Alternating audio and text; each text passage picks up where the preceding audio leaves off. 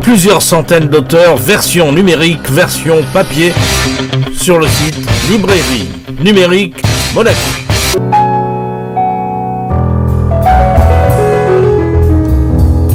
Dans le cadre de notre émission, aujourd'hui, je reçois René Mestralet. René Mestralet est un auteur et il nous présente son dernier ouvrage.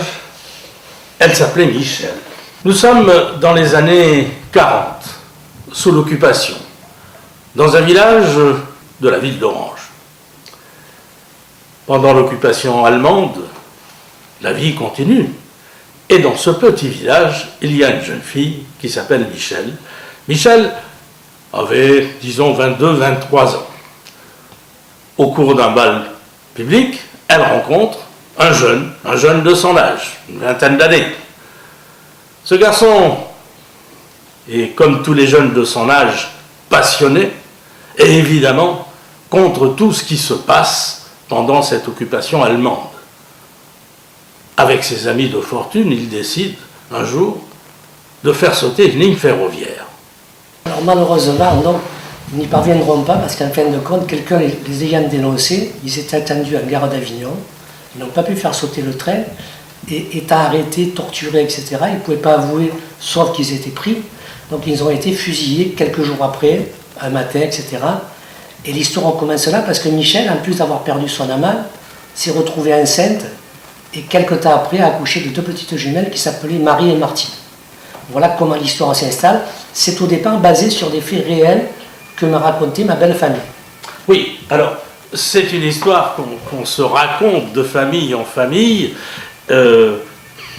Est-ce que l'histoire est réelle? Est-ce qu'elle a été un peu romancée? Parce que vous savez comment ça se passe dans ces familles. Lorsqu'on racontait, on en rajoutait toujours un petit peu. Mais alors, sans dévoiler le livre entièrement, que sont devenues ces jumelles? Alors les deux petites jumelles, justement, qui grandissaient très très bien à la ferme, ont été malheureusement enlevées par un nazi à la Libération, puisque coincé par les maquisards, il n'a rien trouvé de mieux que de prendre ces deux petites filles comme bouclier, comme otage, comme on dit. Il est parti avec elles, et à partir de là, le livre commence surtout sur la recherche de ces deux petites filles disparues.